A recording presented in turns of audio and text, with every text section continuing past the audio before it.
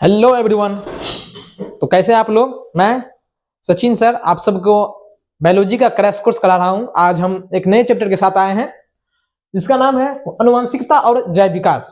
हम पहले ही 3 या 4 चैप्टर कंप्लीट कर चुके हैं, अब 2 चैप्टर ही रह चुकी है और उस दोनों को भी हम कंप्लीट करेंगे। और आप लोग, मैं ऐसा करता हूँ, आप लोग पढ़ते होंगे और उसका नोट्स भी बनाते होंगे और रिविजन भी करते होंगे। तो सबसे ज्यादा जरूरी है रिविजन। जितना आप बार बार रिविजन कीजिएगा उतना आपको जल्दी याद होगा, समझ में आएगा और दिमाग पे बैठेगा। Revision is the key of success. Revision कीजिएगा किसी भी सब्जेक्ट में तो आपको पूरा अच्छा से समझ में आएगा, याद होगा और दिमाग पे बैठ जाएगा और कभी भूलिएगा भी नहीं। हम बहुत सारे चैप्टर पढ़ चुके हैं, आज वेरी वेरी इंपॉर्टेंट चैप्टर है अनुवांशिकता और जैव। यदि ये चैप्टर समझ गए तो आपको बायोलॉजी में समझिए, आप बायोलॉजी का सब कुछ समझ गए। बहुत इजी चैप्टर है, बहुत हल्का चैप्टर है, बस थोड़ा पढ़िएगा, ध्यान से पढ़ना है। आज स्टार्ट करते हैं, आइए।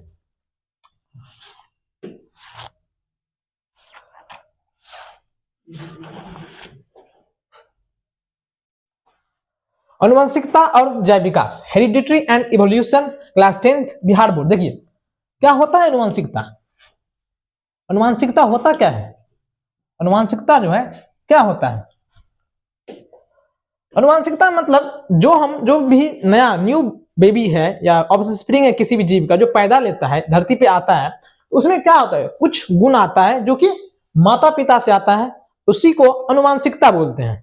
समझ गए होंगे। हेरिडिटी मतलब क्या, जो माता पिता से जो गुण आता है, तो गुण कैसे आता है, किस चीज से आता है बच्चे में, उसी के बारे में इस चैप्टर में हम पढ़ेंगे। कैसे आ गया बच्चे में माता पिता वाला गुण, क्या है साइंस, इसके पीछे साइंस क्या है, उसी को हम समझेंगे।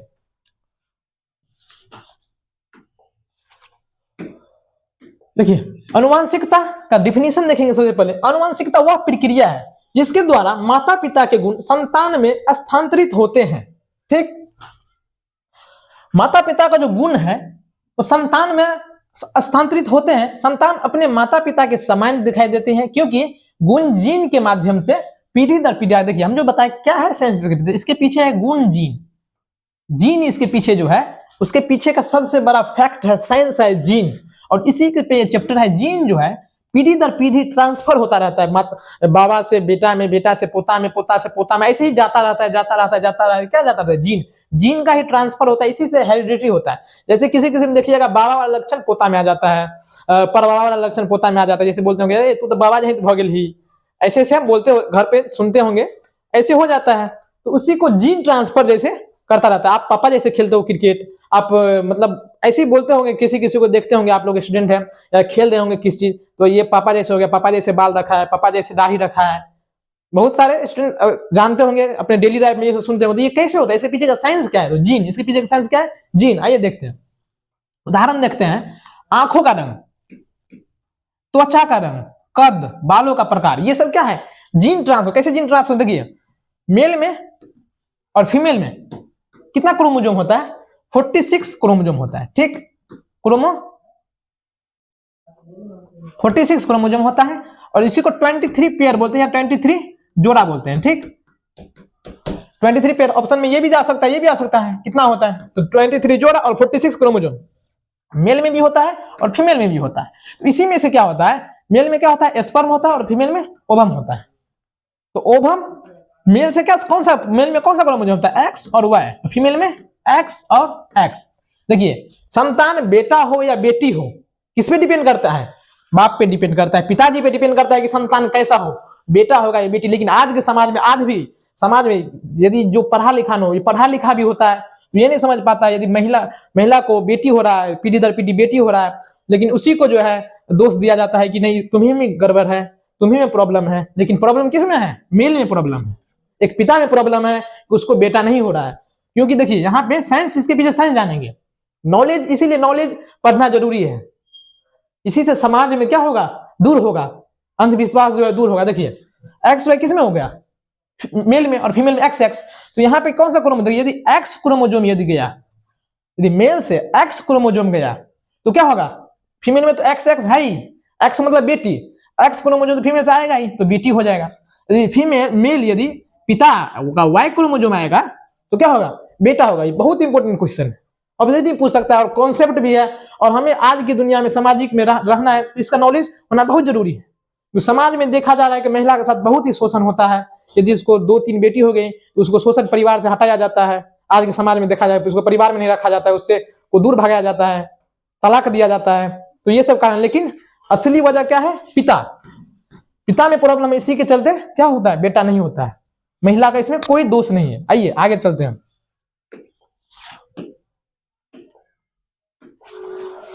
लक्षण और गुण, कैरेक्टर एंड ट्रेट्स। क्या होता है लक्षण, क्या होता है गुण? देखिए गुण क्या होता है। लक्षण जीव का कोई सामान्य विशेषता होती है।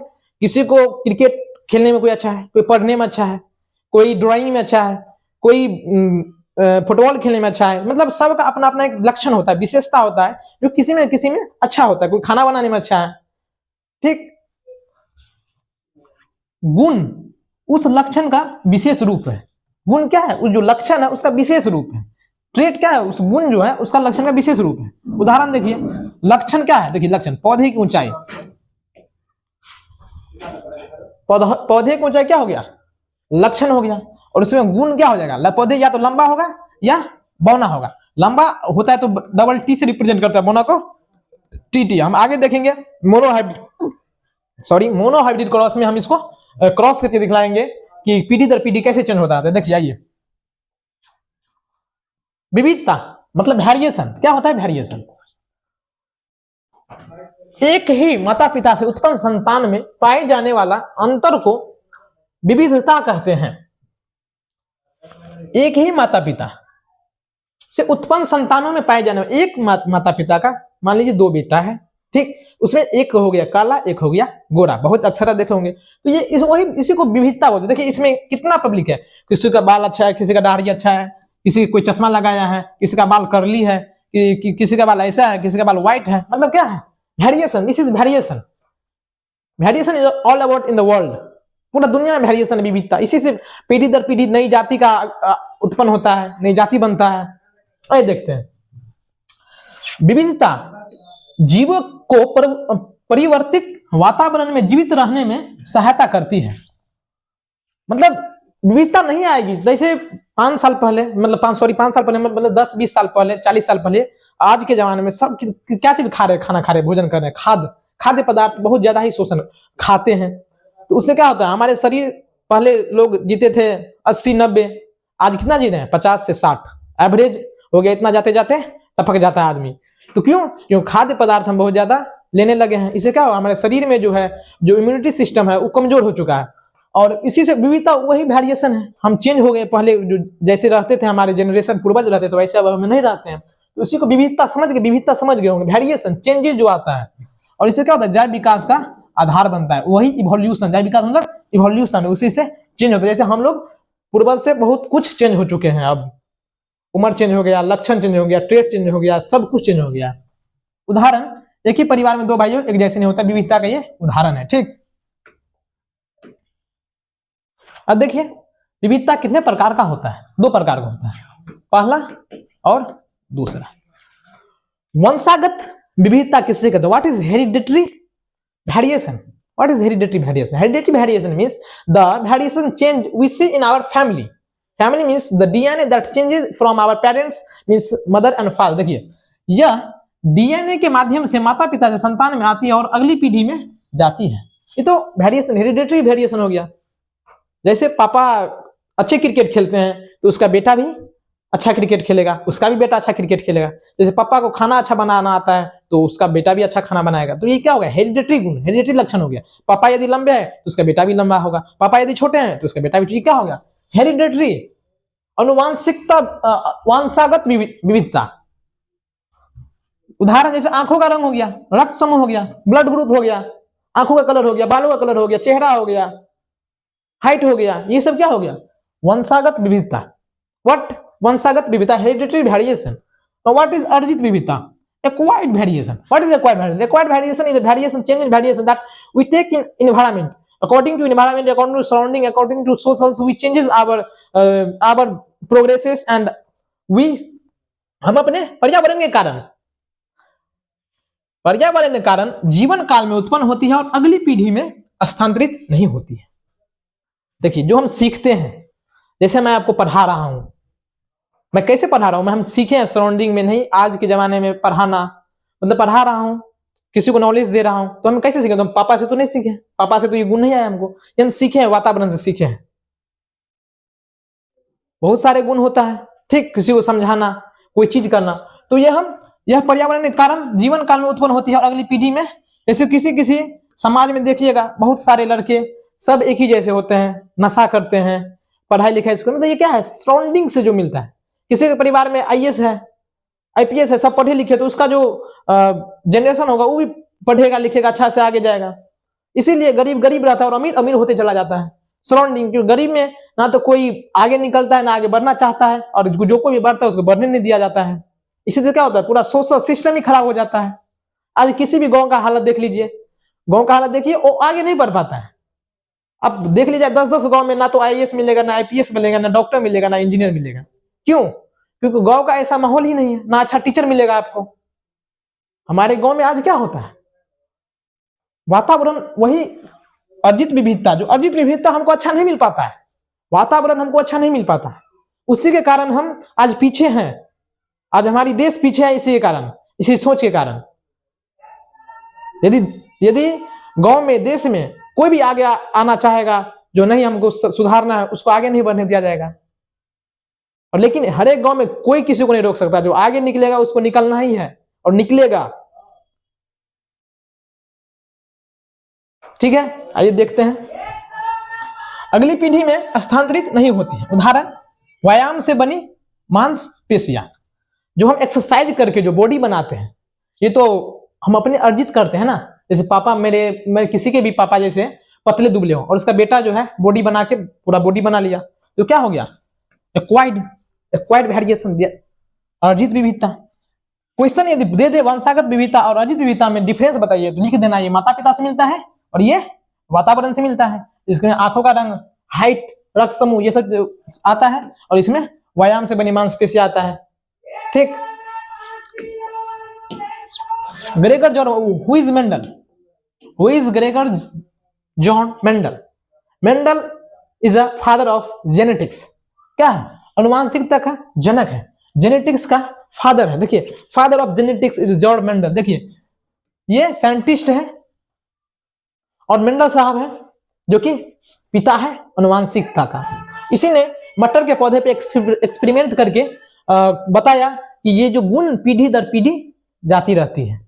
कौन बताया? मेंडल साहब ने बताया। यही जो हेरिडिटरी अनुवांशिकता है उसी को खोज किया है। तो कैसे पता चले? ये साइंस का खोज किया है, अनुवांशिकता का खोज किया है। देखिए, ग्रेगर मेंडल को अनुवांशिकता का जनक कहा जाता है। ठीक, इंपोर्टेंट है, ये याद रखिएगा। मेंडल, ठीक, मटर के पौधे पे प्रयोग करके अनुवांशिकता का नियम प्रतिपादन किया। जो मटर का पौधा ही क्यों चुना? क्योंकि मटर का पौधे का आयु बहुत कम होता है। मटर का पौधे में हम आर्टिफिशियल और चाहे खुद से स्वपरागन या परपरागन करके उसको हम जनरेशन बढ़ा सकते हैं। उसमें बहुत सारे कलर का मटर आता है, तो इसीलिए पौधे को चुना। ये भी क्वेश्चन आ सकता है, मटर का पौधे को ही क्यों चुना? बहुत बार आया है क्वेश्चन ये। तो क्यों चुना? क्योंकि उसको इसका लाइफ स्पैन बहुत कम होता है, जीवन काल, और उसका स्वपरागन और परपरागन करा सकते हैं, और मटर का बहुत सारा कलर में मिलता है। ठीक है, 3 पॉइंट याद रखिएगा, 2 नंबर से में आ सकता है, इससे ज्यादा नहीं आएगा। मटर के पौधे का उदाहरण देखिए, बीज का रंग, बीज का आकार और पौधे की ऊंचाई, ये उदाहरण हो गया। देखिए, आइए नेक्स्ट चलते हैं।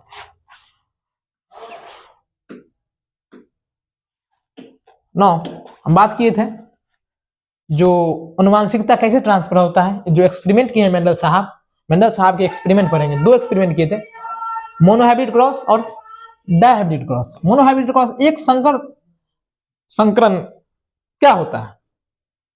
इसमें केवल एक लक्षण का अध्ययन किया जाता है। एक, यहां से एक रखिए और एक लक्षण याद रखिए। एक लक्षण का अध्ययन किया जाता है। मेंडल ने पौधे की ऊंचाई को चुना है। मोनोहाइब्रिड क्रॉस में एक संकरण किसको चुना? पौधे को ऊंचाई को चुना। इसमें क्या किया? 2 पौधा लिया। ठीक, देखिए, 2 पौधा लिया।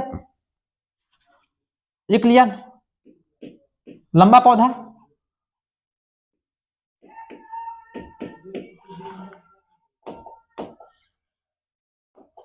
एक लिया बौना पौधा। ठीक, इसको दिए स्मॉल टी, इस दोनों को क्या किया, क्रॉस करवाया। देखिए यहां पे इसके साथ क्रॉस पहले कीजिए, क्या हो जाएगा, टी टी, फिर इसके साथ क्रॉस कीजिए, टी टी। अब देखिए, अब इस दोनों को क्रॉस कीजिए, टी टी, फिर इस दोनों को क्रॉस कीजिए, टी टी। क्या हुआ, सब पौधा लंबा है, ये भी लंबा, ये भी सब लंबा हो गया, कोई छोटा नहीं, बोना तो कोई नहीं हुआ, सब लंबा हो गया। तो F1 जनरेशन में क्या हुआ, F1 पीढ़ी में क्या हो गया, सब लंबा पौधा आया।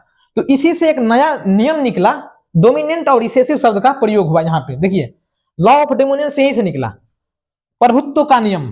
प्रभुत्व का नियम यही निकला कि यदि दो F1 जनरेशन में जो है यदि लंबा और बना क्रॉस कराते तो उसमें डोमिनेंट क्या होता है, लंबा, टी इसमें डोमिनेंट होता है। देखिए लॉ ऑफ डोमिनेंस यह प्रयोग प्रभुत्व का नियम का सिद्ध करता है, यही सिद्ध किया। देखिए F1 पीढ़ी में सभी पौधे लंबा हुआ, F1 पीढ़ी में स्वपरागण कराने पर F2 पीढ़ी प्राप्त होता है जिसमें लंबे और बौने 3:2। अब इसको देखिए फिर से F2 पीढ़ी में, मतलब इस दोनों को क्रॉस कराया, सेम को टीटी ले लिया और टीटी ले लिया, इसको दोनों लंबा ले लिया, ठीक है, लंबा लंबा, उसमें दोनों में देखिए क्रॉस, F1 नहीं तो F1 जनरेशन होगा।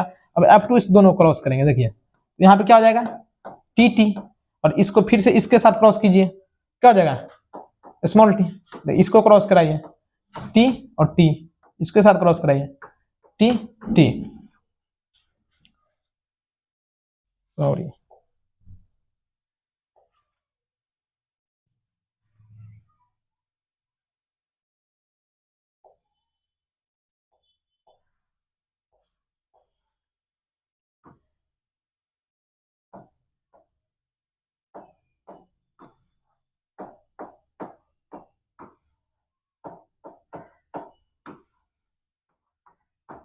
देखिए इसमें क्या हो गया, 3 कितना आया, 3 लंबा आया और 1 छोटा आया, तो 3:1 रेशियो में इसका क्या हो गया। F2 जनरेशन में कितना आया इसका रेशियो, F2 में कितना आया, 3:1, F1 F2 जनरेशन में इसी लंबा बौना पौधा का जनरेशन आया 3:1, 3 लंबा और 1 छोटा। इसका फेनोटाइपिक रेशियो क्या हो गया, 3:1, और जीनोटाइपिक रेशियो कितना हो गया, 1:2:1, 1 शुद्ध लंबा, 2 अशुद्ध लंबा और 1 बौना, इसी को 1:2:1 कहा गया। ठीक, यह प्रभुत्व का नियम को सिद्ध करता है। यदि प्रूव करने के लिए प्रभुत्व का नियम को सिद्ध कीजिए तो आपको बस इतना बना देना है और ये सीख लिए होंगे आप, बनाना कोई दिक्कत बड़ी बात नहीं है, बस क्रॉस करते जाना है, बनाना कोई बड़ी बात नहीं है। चलिए नेक्स्ट चलते हैं। डायहाइब्रिड क्रॉस, द्विसंकरण में 2 लक्षणों को एक साथ अध्ययन किया गया। 2 लक्षण को एक साथ लक्षण किया, बीज का रंग पीला और हरा और बीज का आकार गोला और झुर्रीदार। F2 पीढ़ी में इसमें क्या पाया गया, 4 प्रकार के संयोजन प्राप्त होते हैं और उनका अनुपात 9:3:3:1। देखिए ऐसे करके 4 पीढ़ी में इसको डिवाइड करना है, ठीक। और पीला मान लीजिए इसको R ले लिए, इसको स्मॉल r, इसको कैपिटल Y ले लिए, इसको कैपिटल Y, और इसको क्या करना है, क्रॉस करना है, चारों को इसमें देकर क्रॉस करना है। तो क्रॉस करेंगे तो इसको 9:3:3:1 आएगा। इसको बस याद करिए, ऐसे दिमाग पे याद कर लीजिए इसको। जो F2 पीढ़ी में 4 प्रकार संयोजन प्राप्त होने का उनका अनुपात क्या होता है, 9:3:3:1। यह परिणाम स्वतंत्र वर्गीकरण के नियम को दर्शाता है। देखिए डायहाइब्रिड क्रॉस किसको दर्शाता है, स्वतंत्र वर्गीकरण का नियम, स्वतंत्र वर्गीकरण का नियम। नेक्स्ट चलते हैं। जीन क्या होता है, gene what is DNA. DNA का वह भाग है जो किसी विशेष गुण को नियंत्रित करना है। जीन अनुवांशिकता सूचना की इकाई है। अभी बताइए अनुवांशिकता का क्या साइंस क्या, तो इसका साइंस का पीछे क्या है, जीन। अनुवांशिकता जो हमारे पूर्वज से जो गुण आते हैं वो किसके थ्रू आते हैं, तो जीन कहां पे होता है, जीन जो है क्रोमोजोम के ऊपर में होता है। जीन किस पे रहता है, क्रोमोजोम के ऊपर में रहता है। देखिए जीन डीएनए का वह भाग है जो किसी विशेष गुण को नियंत्रित करता है। जीन क्या लेके चले, जैसे लंबा लेके चलेगा, जैसे पिता से लंबा लेके आया, बेटा में दिया तो बेटा लंबा हो गया। तो जीन कौन ट्रांसफर करता है, डीएनए का भाग है ये, क्या है, जो किसी गुण को नियंत्रित, जीन अनुवांशिक सूचना का इकाई है। देखिए याद रखिएगा, यूनिट ऑफ जेनेटिक्स, ये क्या है? Gene, unit of genetics. उदाहरण, आंखों का रंग के लिए अलग अलग जीन, आंखों का रंग के लिए अलग अलग जीन, किसी का आंख डार्क, किसी का आंख ब्लू, किसी का सब कलर का आंख होता है। गुणसूत्र क्रोमोसोम क्या होता है? गुणसूत्र कोशिका का नाभिक में, नाभिक मतलब न्यूक्लियस में पाया जाता है। जीन गुणसूत्र पर स्थित होते हैं। देखिए जीन किस पे स्थित होते हैं? गुणसूत्र पर, और ये गुणों को वाहक होता है। गुण का वाहक किसको बोलते हैं? गुणसूत्र को। गुण का वाहक किसको बोलते हैं? गुणसूत्र को। याद रखिएगा इसको, गुणों का वाहक को क्या बोलते हैं? गुणसूत्र, क्रोमोसोम को। जीन नहीं टिक लगाना है, याद रखिएगा ये सब। देखिए हम जैसे बताए थे लिंग निर्धारण, मनुष्य में लिंग गुणसूत्रों द्वारा होता है। स्त्री में XX और पुरुष में YY, इसी को सेक्स क्रोमोसोम बोलते हैं इंग्लिश में। हिंदी में लिंग क्रोमोसोम, लिंग गुणसूत्र बोल सकते हैं, लिंग गुणसूत्र। ठीक। उदाहरण, यदि पिता X मिलता है तो क्या आता है? स्त्री होती है, और पिता से यदि Y मिलता है तो पुरुष होता है। तो लिंग निर्धारण किस पे डिपेंड करता है? लिंग निर्धारण किस पे डिपेंड करता है? पुरुष पे, ना कि स्त्री पे। कॉन्सेप्ट याद रखिए। इवोल्यूशन, जय विकास, नया टॉपिक, एक तो अनुवांशिक टॉपिक खत्म हो गया, और चैप्टर का दूसरा पार्ट पे चले जिसका नाम है जय विकास, इवोल्यूशन। ठीक, क्या होता है इवोल्यूशन? वही देखिए, पहले कैसा था? पहले होमोसेपियंस कैसा था? ऐसा था, फिर ऐसे हुआ, फिर ऐसे हुआ, फिर ऐसे हुआ। इसी को तो इवोल्यूशन बोलते हैं, इसी को तो जैव विकास बोलते हैं। जीवों में पीढ़ी दर पीढ़ी होने वाले धीमे और क्रमिक परिवर्तन को जैव विकास कहते हैं। एक ही बार तो ऐसे से तो ऐसे नहीं हो गया, धीमे धीमे स्लोली हुआ है परिवर्तन। वर्तमान जीव पहले के जीवों से विकसित हुए। जो वर्तमान का जीव है किसे विकसित हुआ है? पहले के जीव से, पूर्वज से विकसित होकर हुआ है। तो इसी को क्या बोलते हैं? जैव विकास बोलते हैं। तो जैव विकास का डिफिनेशन लिखता है, जो धीमे धीमे जीवों में पीढ़ी दर पीढ़ी बदलाव, जीवों में पीढ़ी दर पीढ़ी जो बदलाव होते हैं उसी को जैव विकास कहते हैं। एक लाइन डिफिनेशन लिखना है आपको, 2 नंबर में आया तो उदाहरण दे देना आपको। मनुष्य,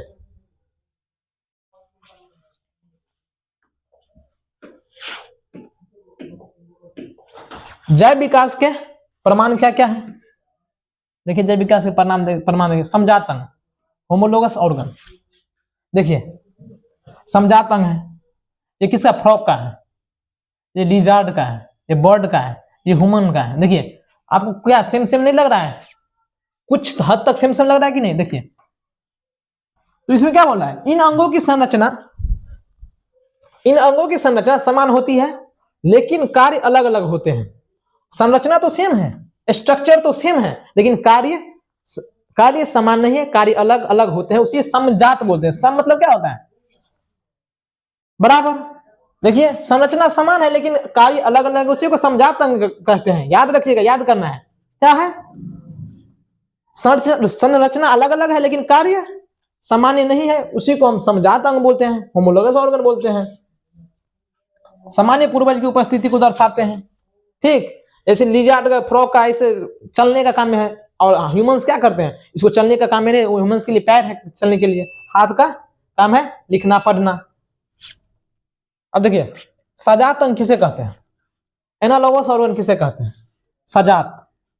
इन अंगों की संरचना अलग होती है। देखिए अंग अलग होगा, इसमें संरचना अलग होती है। सजात में क्या संरचना अलग होती है? देखिए ये चमगादड़ का है और ये पक्षी का है, ये अलग अलग है, स्ट्रक्चर अलग अलग है। देखिए दोनों बहुत डिफरेंट है, लेकिन काम है उड़ना। काम क्या है? उड़ना।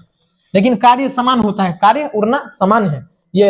ये अलग अलग पूर्वजों से विकसित होते हैं, ये अलग अलग पूर्वज से विकसित होते हैं। जीवाश्म फॉसिल, फॉसिल्स क्या होता है?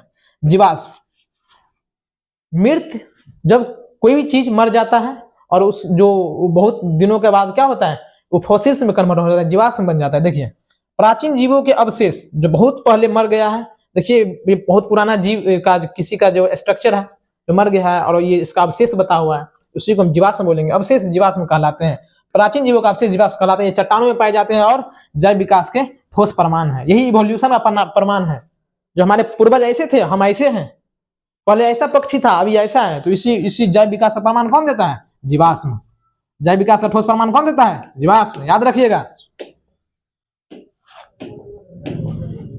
अर्जित एवं वंशागत लक्षण, ये तो पढ़ा चुके हैं। अर्जित लक्षण जो हमें माता पिता से मिलता है उसे अर्जित बोलते हैं। देखिए, अर्जित लक्षण वे लक्षण जो जीवन काल में वातावरण से प्रभाव उत्पन्न होते हैं, उसे वंशागत जो माता पिता से मिलता है, अर्जित जो वातावरण से लेते हैं। ठीक है। वंशागत लक्षण क्या होता है? जो हमें माता पिता के डीएनए के माध्यम से मिलता है उसे हम DNA. What is the full form of DNA? Deoxyribonucleic acid. क्या होता है?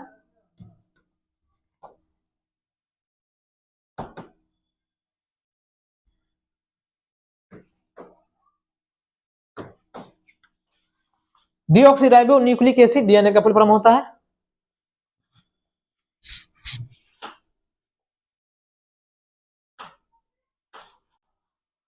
प्राकृतिक चयन, नेचुरल सिलेक्शन क्या होता है? प्राकृतिक चयन के अनुसार वही जीव जीवित रहते हैं जो वातावरण के अनुकूल होते हैं। इस पृथ्वी पे यदि वातावरण में सेट खाएगा तो जिएगा, नहीं सेट खाएगा तो मर जाएगा। तो यही है प्राकृतिक चयन, जो जिस वातावरण में रहता है। जैसे वैसे वैसे जीव है इस धरती पे जो बस ठंडा में, मतलब पूरा जीवन उसका ठंडा में बीतता है, तो वैसे क्या होता है? परिवर्तन हो जाता है उसका शरीर, उस टाइप्स का बन जाता है, जो कि उस टेम्परेचर को अपने शरीर के अनुकूल बदल लेता है। देखिए, प्राकृतिक चयन अनुसार वही जीवित रहते हैं जो वातावरण के अनुकूल होते हैं। अयोग्य जीव धीरे धीरे नष्ट हो जाता है। जो जीव नहीं सह पाते हैं वातावरण को, वो नष्ट हो जाते हैं, मर जाते हैं। इसे सर्वाइवल ऑफ फिटेस्ट कहा जाता है। सर्वाइवल ऑफ फिटेस्ट कौन लिखा है? कौन दिया है इसको? Charles Darwin. याद रखिएगा, चार्ल्स डार्विन। ये पूछ सकता है, who give the theory of survival of fittest? तो चार्ल्स डार्विन टिक करके आना है, ना कि मेंडल टिक करके आना है। ये भी इंपोर्टेंट है। ठीक, क्या टिक करके आइएगा? Charles Darwin. और अनुवांशिकता का जनक कौन है? मेंडल। याद रखिएगा। नेचुरल सिलेक्शन, देखिए ये जिराफ को क्यों ऐसा बनाया गया है स्टैचू? क्योंकि वो लंबा लंबा पौधा को भी खा सके, यहीं से खा सकता है। क्या इसको शेर खा सकता है? या हिरन खा सकता है इसको? शेर तो ऐसे नहीं खाता है। हिरन खा सकता है इसको? नहीं खा सकता है, वो वहां तक पहुंच ही नहीं पाएगा। लेकिन ये इसका नेचुरल जो वातावरण के अनुसार बना है उसे खा सकता है। हम वातावरण के साथ खेलेंगे तो हम भी वातावरण को उसको चपेट में आ सकते हैं। जैसे अभी आप वर्तमान में सुनेंगे अरावली हिल्स को वहां पे डेवलपमेंट करने के लिए वहां इसको खत्म किया जा रहा है, नष्ट किया जा रहा है। लेकिन जानिए, यदि आप पैसे के लोभ में यदि आप इस जंगल को काटे जाएगा तो आगे आपको भी प्रॉब्लम होगा। आपको नहीं होगा, आपकी पीढ़ी को होगा। याद रखिएगा, लोभ बहुत ही खराब चीज होता है। वातावरण के साथ कभी नहीं खेलना चाहिए। Don't play with our environment. जाति निर्माण क्या होता है? स्पीसिएशन क्या होता है? लंबे समय में विविधता, भौगोलिक अलगाव और प्राकृतिक चयन के कारण नई जाति का निर्माण होता है। देखिए, जाति कैसे नया जाति का निर्माण हो जाता है? तो जो समय विविधता, जो टाइम को लंबे समय तक चेंज होते होते होते होते होते होते एक नया जाति का आविष्कार हो जाता है।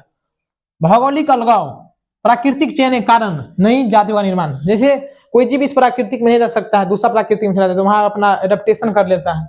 यही प्रक्रिया जाति निर्माण कहलाती है। और इसी से क्या होता है? एक नया जाति का आविष्कार होता है, नया जाति बनता है। इस चैप्टर को हम यहाँ पे कंप्लीट कर लिए हैं। इसके हम कुछ ऑब्जेक्टिव करेंगे। क्या करेंगे? यहाँ पे हम कंप्लीट कर लिए चैप्टर को। इसके हम ऑब्जेक्टिव देखेंगे कि हम चैप्टर को कितना समझ में आया और कैसे कैसे ऑब्जेक्टिव बनता है। ये जो ऑब्जेक्टिव रहते हैं सब PYQ ऑब्जेक्टिव रहते हैं। ऐसे ही क्वेश्चन आपके MCQ में आएंगे और बहुत ईजी आते हैं। बस हर एक चैप्टर को रिवीजन करते रहना है, वन शॉट देखना है। अनुवांशिकता का अर्थ क्या होता है? वातावरण से गुणों का परिवर्तन, माता पिता से संतान में गुणों का स्थानांतरण, जीवों का विलुप्त होना, नई जाति का निर्माण करना। क्या होता है बताइए? माता पिता से संतान में गुणों का स्थानांतरण। अनुवांशिकता का जनक किसे कहते हैं? इंपोर्टेंट है, मेंडल। देखिए, डार्विन ऑप्शन में है। ये क्या दिया है? ये क्या दिया? कौन सा थ्योरी दिया था? Survival of the fittest. Survival of the fittest. और अनुवांशिकता जनक कौन है? मेंडल।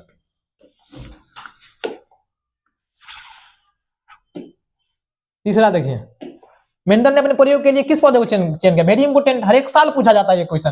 किसको? मटर को। एक संकरण मोनोहाइब्रिड में F2PD में, मोनोहाइब्रिड में F2PD में क्या आया था? फेनोटाइपिक रेशियो क्या आया था? तो 3:1 मोनोहाइब्रिड एक में। द्विसंगत डायहाइब्रिड में क्या अनुपात प्राप्त होता है? डायहाइब्रिड क्रॉस में क्या आता है? याद रखिए, नहीं हर एक से पूछा जाता है ये क्वेश्चन। जीन क्या होता है? प्रोटीन का भाग होता है, आरएनए का भाग होता है, डीएनए का भाग क्या होता है? किसका बताइए, किसका भाग होता है? डीएनए का भाग होता है। मनुष्य में लिंग निर्धारण किसके द्वारा होता है? माता के द्वारा, पिता के द्वारा, दोनों या वातावरण? बताइए। लिंग निर्धारण या बेटा होगा या बेटी होगा, किस पर डिपेंड करता है? लिंग निर्धारण इसी को बोलते हैं, पिता पे। ठीक है, लिंग निर्धारण मतलब किस, बेटा होगा या बेटी, किस पे डिपेंड करता है? पिता पे। समान संरचना लेकिन भिन्न कार्य, स्ट्रक्चर सेम है, हाथ सेम है, लेकिन काम अलग अलग है, काम अलग अलग है, उसे समजात अंग कहते हैं, याद रखिएगा। अर्जित लक्षण आगे पीढ़ी में क्यों नहीं जाते हैं? जो हम वातावरण से लेते हैं, जो भी लक्षण आता है हमको आगे क्यों नहीं बढ़ पाता है?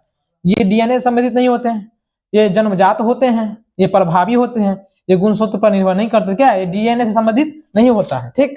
सर्वाइवल ऑफ द फिटेस्ट किस से संबंधित है? बताइए, सर्वाइवल ऑफ फिटेस्ट किससे संबंधित है? उत्पीड़न से, प्राकृतिक चयन, जाति निर्माण, अनुवांशिकता किससे है? प्राकृतिक चयन से है। ठीक, तो हम यहाँ पे 10 क्वेश्चन कंप्लीट कर लिए हैं, और आपको, हमको लग रहा है आपको 10 में से कम 10 सही हो गया होगा, क्योंकि इतना सारा चैप्टर सही है। तो हम अब मिलेंगे नेक्स्ट चैप्टर में। बायोलॉजी का अब एक ही चैप्टर बच गया है, और उसके बाद हम बायोलॉजी को खत्म करेंगे और नया चैप्टर पे जाएंगे, नया टॉपिक पे शिफ्ट होंगे। ठीक, तो आप लोग अच्छे से क्लास कीजिएगा, और जो समझ में नहीं आया होगा कमेंट में बताइएगा। ठीक है, जय हिंद, जय भारत।